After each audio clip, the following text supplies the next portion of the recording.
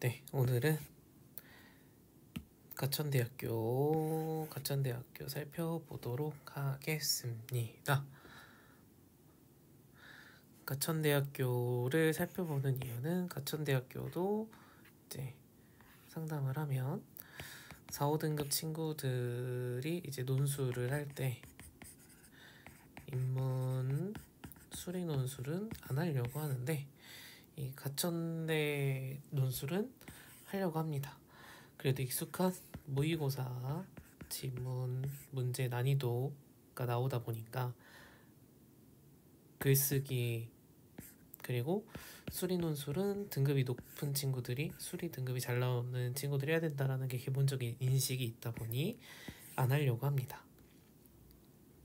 그런데 논술 이제 볼 때 가천대는 최저도 있고요. 근데 일단 뭐 최저가 한 과목 3이니까 논술 준비하면서 수리랑 국어를 공부하니까 최저 3 못 맞추진 않을 것 같고, 문제가 이제 15문제 중에 12문제가 합격인데 이 문제를 맞춘다는 거는 수리가 3등급은 충분히 나올 만큼 공부를 하지 않았을까라고 생각이 들어요. 그래서 그런지 예비 순위도 생각보다 모든 학과에서 막 쭉쭉 빠지거나 하지 않는다. 경쟁률 대비.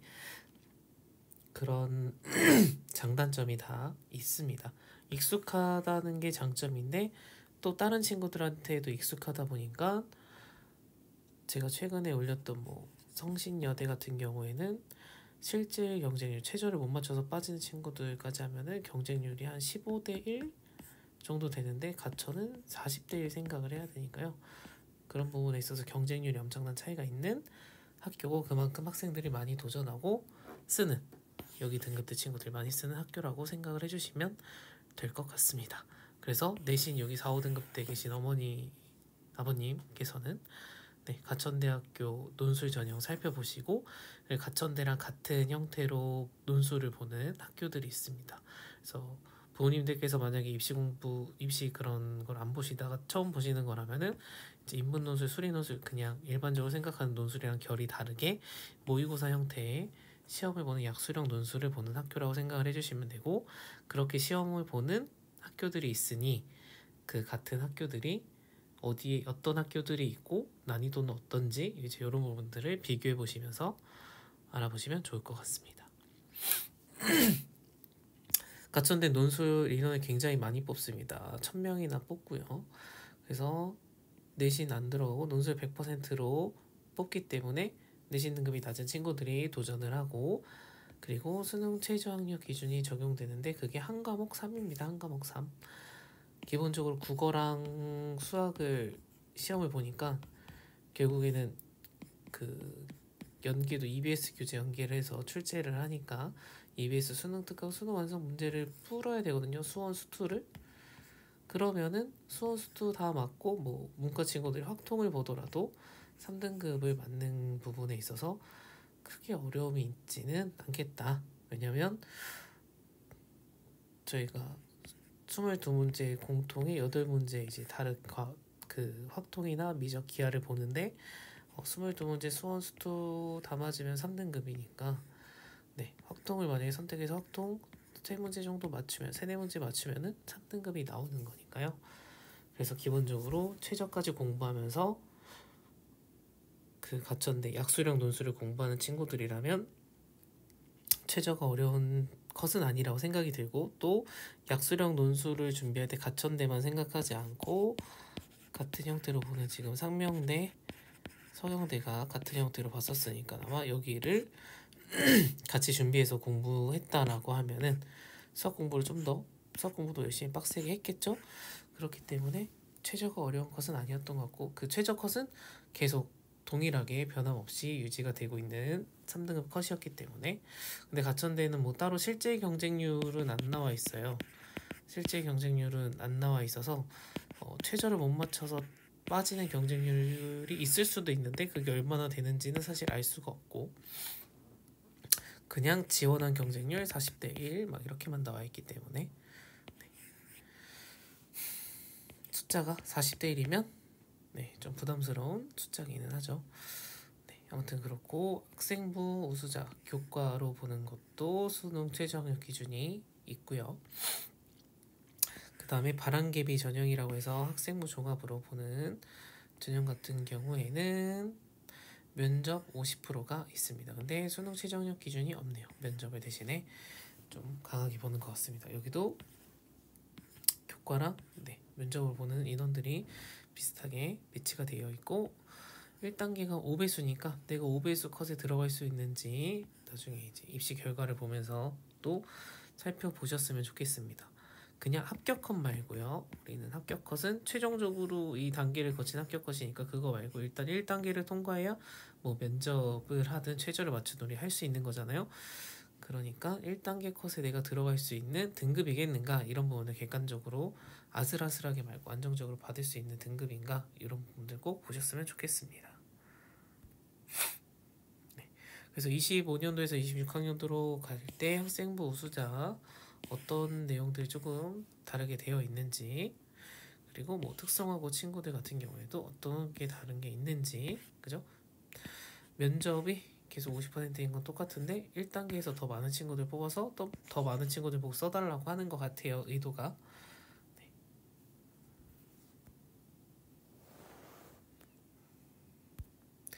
그래서 모집 인원을 보시면은 이렇게 계열 어떤 뽑는 전형마다 있는데 논술 인원이 상당히 옆에 있는 숫자랑 비교해도 다르죠.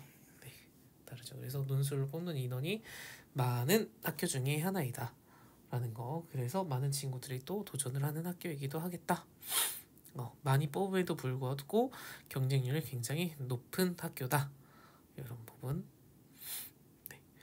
학생부 기록부 반영 방법은 우리가 이런 부분들까지 다 공부해서 할 필요는 저는 늘 없다고 생각을 하는 주의입니다.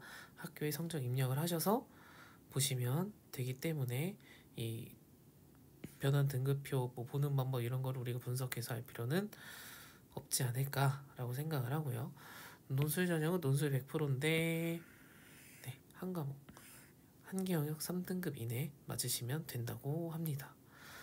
여기 두 개 학교는 다르긴 한데 일반적으로 많은 친구들이 해당하는 거는 여기에 되겠죠. 그래서 영어도 3이니까 사실 뭐 여러분들 대학 가서도 영어 계속 해야 되는데 약수량 논술 준비한다고 국어 수학만 하는 게 아니라 사실 플러스 알파로 영어도 해야 되겠죠. 그죠? 그래서 세 과목은 이거는 그냥 대학교 졸업할 때까지도 계속하는 과목 중에 해당하는 거라고 생각을 하니까 국어 영어는 그런 관점에서 영어나 수학을 3 맞추는 게 어려운 전형은 아니라고 생각이 듭니다. 저는 오히려 부담스러운 게 경쟁률이지 않을까. 40대 1이라는 경쟁률을 뚫고 지원을 해야 된다는 게. 근데 만약에 5등급 친구들인 경우에는 성적이 일부라도 들어가는 20% 30%라도 들어가는 게 부담스러울 수 있고 하니까 뭐 5, 6, 7 이 친구들에게는 성적 뭐 논술 100이다. 그럼 8등급 친구들까지 다 기회가 있기는 한 거죠. 그런 관점에서는 경쟁률이 굉장히 납득이 가는 경쟁률이긴 하다. 대신에 뭐 예를 들면 내가 내신 4등급이다. 그러면은 뭐 6에서 8등급 친구들 많이 쓰는 거예요. 그럼 내가 더 유리하겠네요. 라는 게 안 먹힐 수 있겠죠. 그죠? 모의고사 성적에서는 어떨지 모르는 거잖아요. 내신 4등급과 6등급, 7등급, 8등급 친구들이 그리고 보는 게 국어 수학이니까 그 두 과목에서는 어떻게 모의고사의 차이가 있을지 모르는 부분이니까 함부로 확신을 할 수 없다. 커트라인이나 이런 거 보고서는 할 수가 없다. 학생부 교과도 마찬가지로 아까 최저 학력 기준이 있었는데 여기는 다르네요. 인문계열, 자연계열이 두 개 영역 등급 합 6이다. 근데 여기도 아까 보니까 이제 입시 결과를 봤는데 마찬가지로 실제 경쟁률이라고 해서 최저를 못 맞췄을 때 빠지는 경쟁률이 나오는 학교들도 있는데 그냥 가천대 올라와 있는 걸로는 일단 없었어요. 제가 더 찾아보진 않았는데 그래서 여기도 마찬가지로 국어, 수학, 영어, 사회과, 탐구 과목도 한 과목밖에 안 들어가기 때문에 영어와 함께 다른 한 과목을 맞춰서 최저를 맞추는 전형으로 생각을 하셔서 써야 되는 전형이지 않을까라고 생각이 듭니다. 네, 농어촌 교과 전형도 있어요. 그래서 여기에 해당하는 친구들 같은 경우에는 이렇게 쓰는 게 유리한지 불리한지 이런 부분도 확인을 해보셔야 되겠습니다. 실제 경쟁률이랑 커트라인 성적이 어떻게 되는지 비교를 하셔서 그 다음에 의학학 전형 네. 요거는 뭐 패스하고 네. 저는 4,5등급 제 애들에 맞춰서 이제 보는 거다 보니까 친구들이 쓸 수 있는 거는 학생부 조합 가천 바람개비죠. 그래서 바람개비 전형이라고 돼 있는 게 학종이구나 생각을 해주시면 되고요. 면접이 비율이 50%가 들어가고 수능 최저학력 기준이 없다.